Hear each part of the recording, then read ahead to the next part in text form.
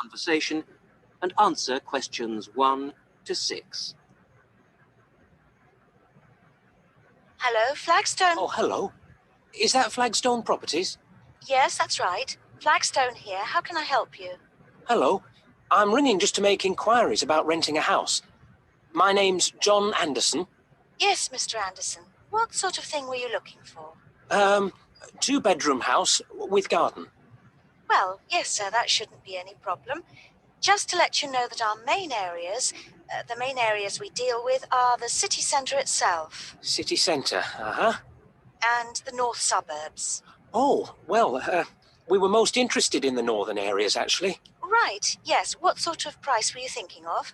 Well, could you give me some idea? Certainly. It really ranges from £250 per month. Only £250? Yes, to about £500, depending on a number of different factors. Oh, what does it depend on? Well, obviously the quality of the area, and then whether there's a garden. Oh, well, as I said, we'd want a garden. And a garage pushes up the price. Right. Well, we wouldn't necessarily need one. I think about £350 a month would be our limit. Okay. Well, would you like to have a look at a couple of properties, sir? Yes, that'd be great. Looking at our files, I think we've got 2 which might suit you. Oh, hang on. I'll just get a pen. Right. Okay, well, there's one on West Park Road, which is £325 a month. Are the bills included? Well, that one just includes the water bill. Okay. Right. And the second house is in Tithe Road. I'll just spell that for you, okay? Yep. Tithe Road. Yeah, got that. And how much is that one? That's £380. 380. Is that including water? No, I'm afraid not, but it does include the telephone rental. Oh, well, that's not too bad then. So, Before you hear the rest of the conversation, you have some time to look at questions 7 to 10.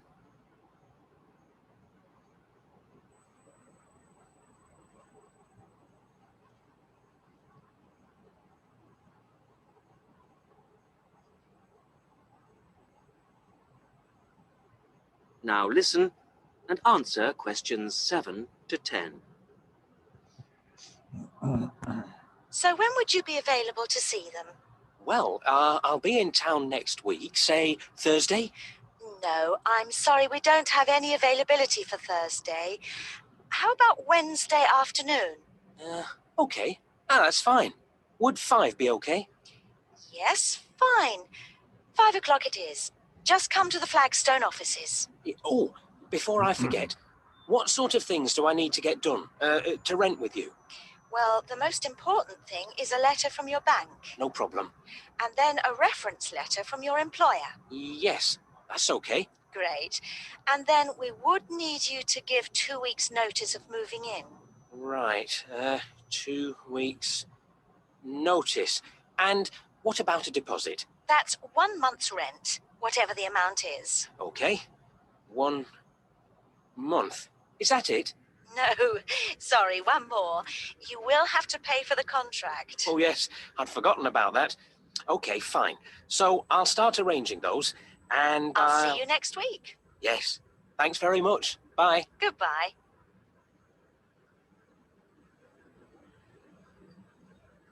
That is the end of section 1. You will now have half a minute to check your answers.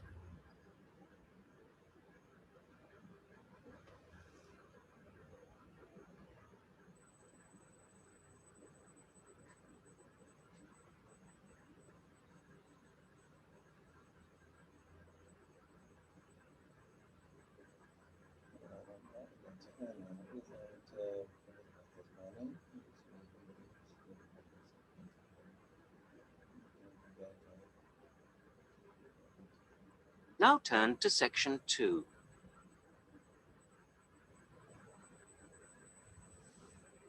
Section 2. You are going to hear a conversation between 2 women about the health system in England. First, you have some time to look at questions 11 to 17.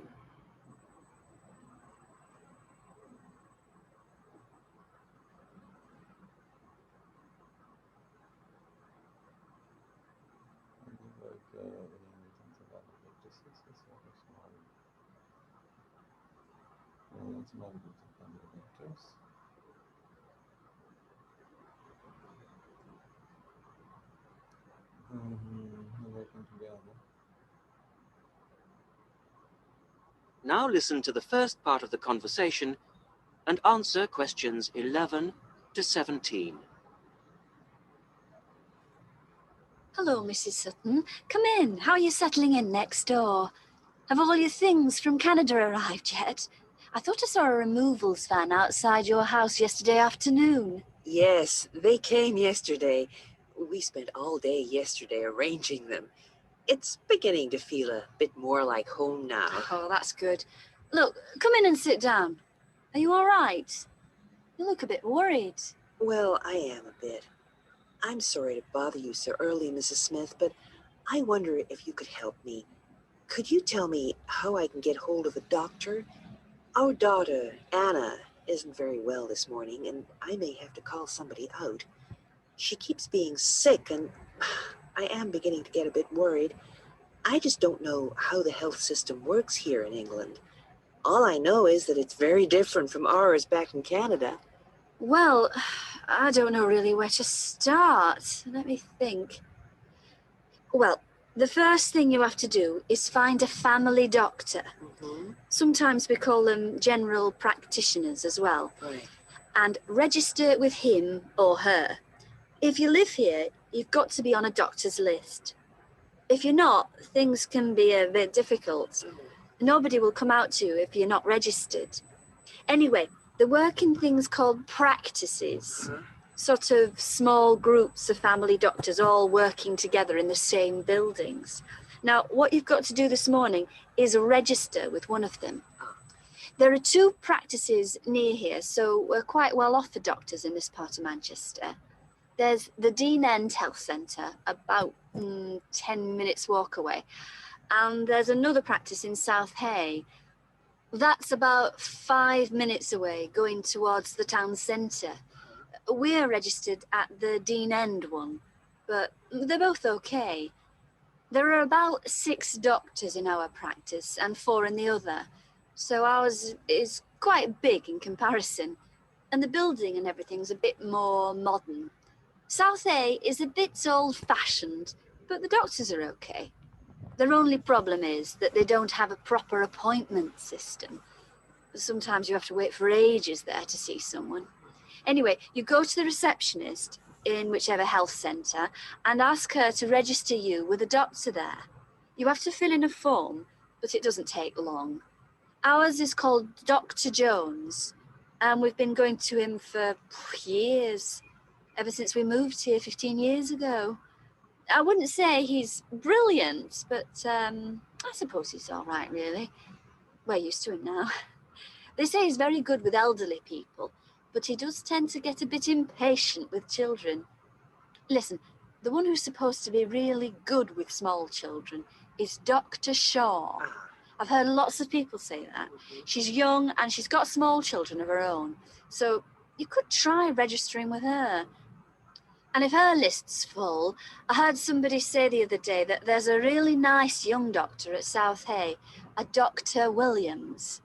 He holds special clinics for people with back trouble, but that's not really your problem, is it? Now you have some time to look at questions 18 to 20.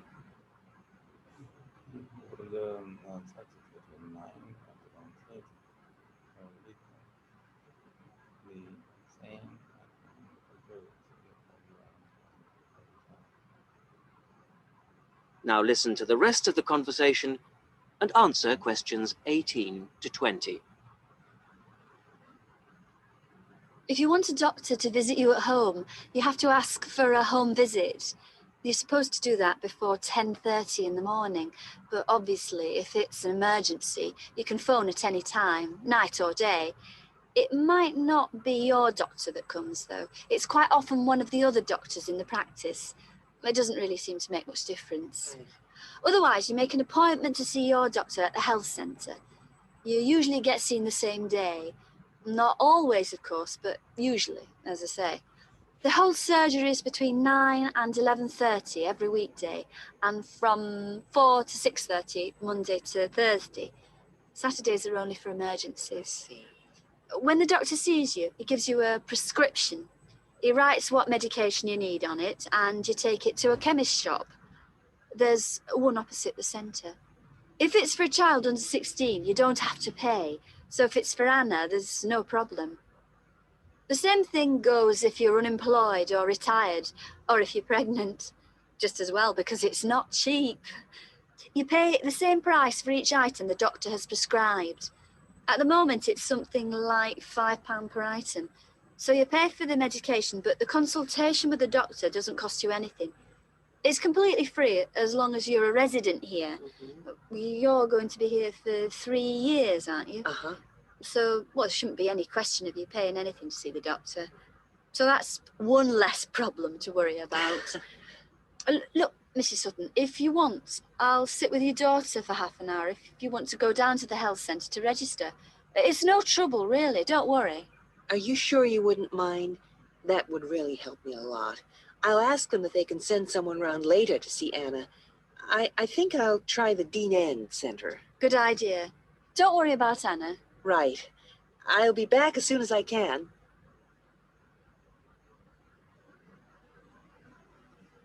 That is the end of section 2. You will now have half a minute to check your answers.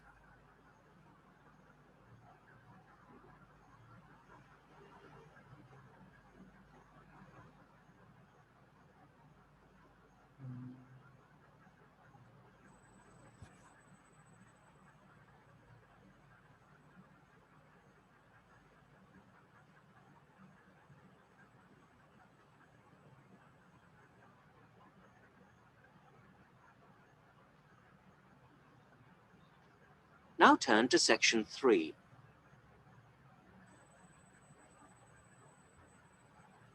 Section 3. You're going to hear a university tutor interviewing a candidate for a place on a postgraduate diploma course in teaching geography. First, you have some time to look at questions 21 to 27.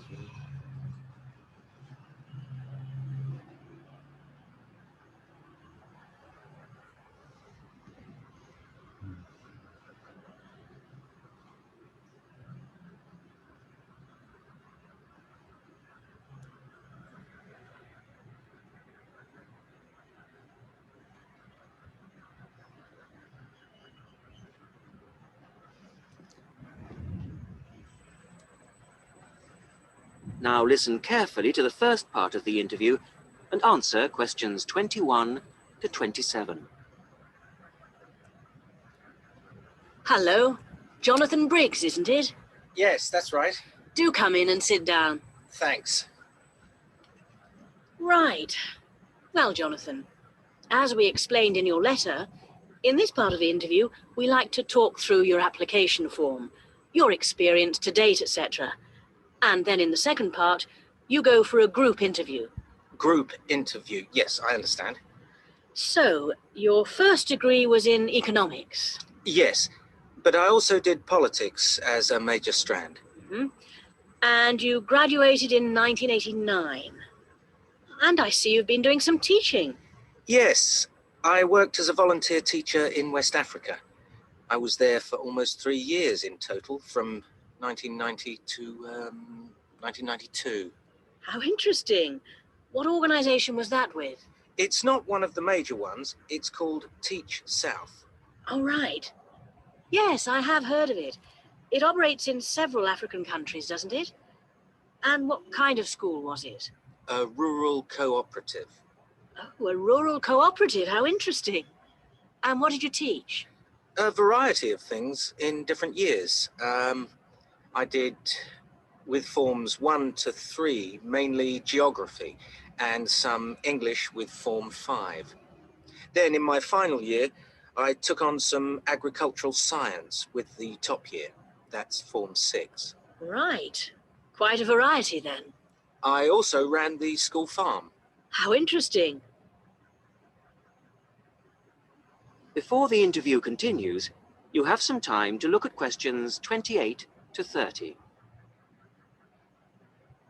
I was very homesick. I had difficult to miss my family, and I chose geography course because it is my favorite subject. I think it has so many useful applications. I was very homesick.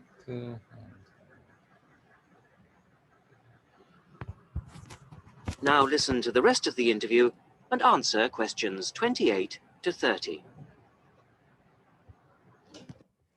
And how did you find the whole experience?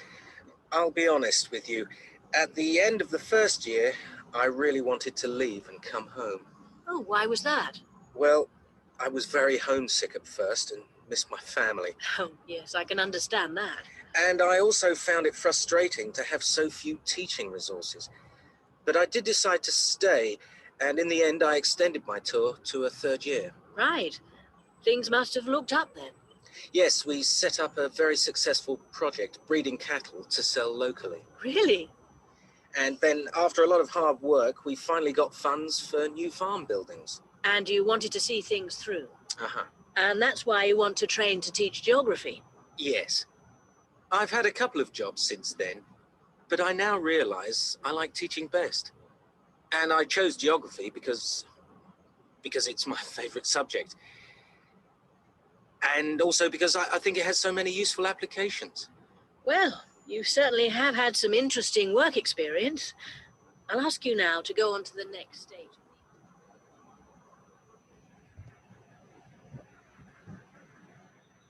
That is the end of section 3.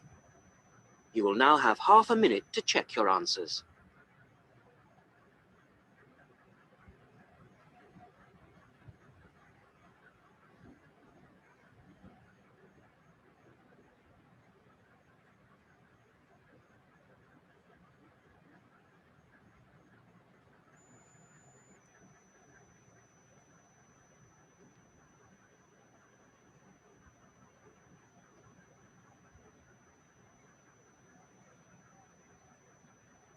Now turn to section 4.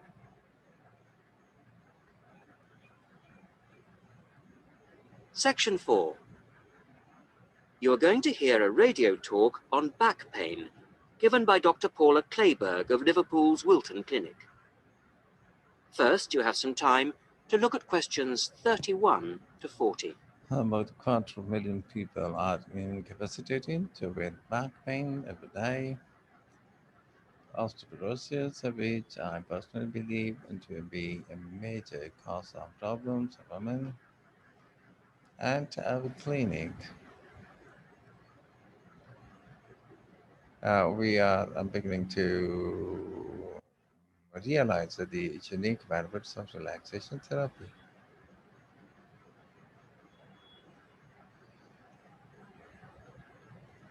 When things are tried, so we attempt to keep the back as immobile as possible, which makes the muscles tense up. Research shows that they often go into spasm. Now listen carefully to the talk and answer questions 31 to 40. Today's Health Council is presented by Paula Clayburgh, who is the Chief Counsellor at Liverpool's famous pain clinic, the Wilton Clinic. Paula. Do you know what Prince Charles, Sevi Ballesteros, and Elizabeth Taylor have in common? They all suffer from chronic back pain. In fact, bad backs are one of the most common health problems today, affecting people in all walks of life. The most recent available figures show that about 250,000 people are incapacitated with back pain every day. And many sufferers don't know the cause or the solution to their problem. The majority of our patients at the clinic tend to be women. They are especially vulnerable because of pregnancy, but also because of osteoporosis, which I personally believe to be the major cause of problems for women. I have many women patients who say they have completely given up exercise because the pain makes them so miserable. But of course, that starts up a vicious circle. Bed rest, giving up exercise, and painkillers are traditional responses to back pain. But although there are many excellent drugs on the market, at our clinic, we're beginning to realize the unique benefits of relaxation therapy. Other specialists in the field make a strong case for certain types of exercise, but in our experience, they are easily mishandled and can lead to more harm than good. Now let's look at some of the reasons why back pain is developing into such a unique menace. In general, the body is pretty good at self-repair. A strain or a blow to a limb, though painful at the time, generally resolves itself. But the body's response to back injury can be very counterproductive. When pain strikes, we attempt to keep the back as immobile as possible, which makes the muscles tense up. Research shows that they often go into spasm, which causes further twisting of the spine. A vicious circle is underway. The second mistake we often make when stricken with extreme back pain is to go to bed and stay there.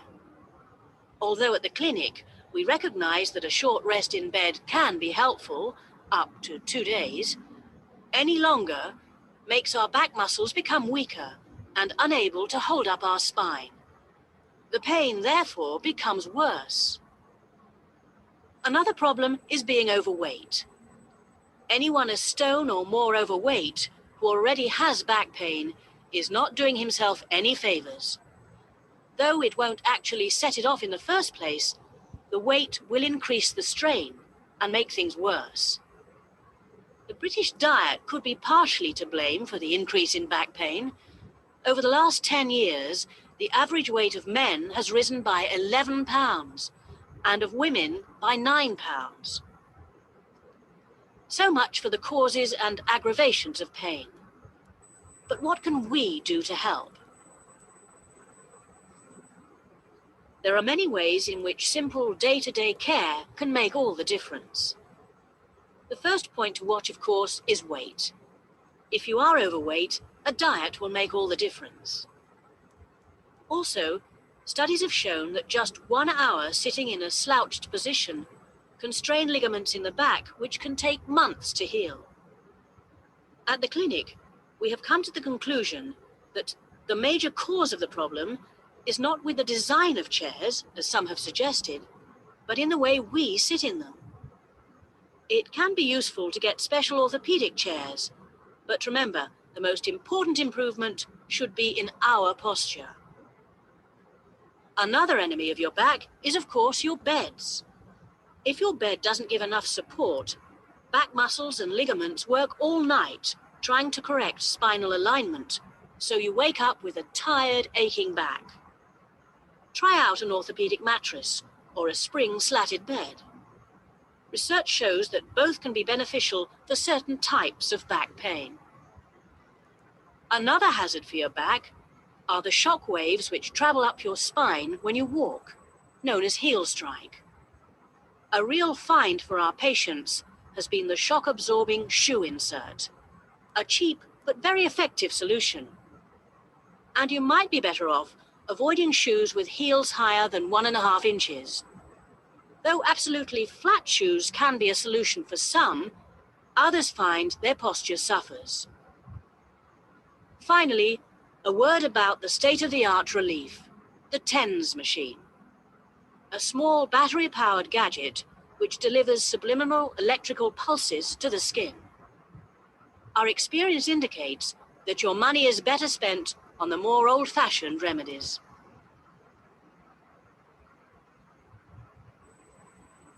That is the end of section 4.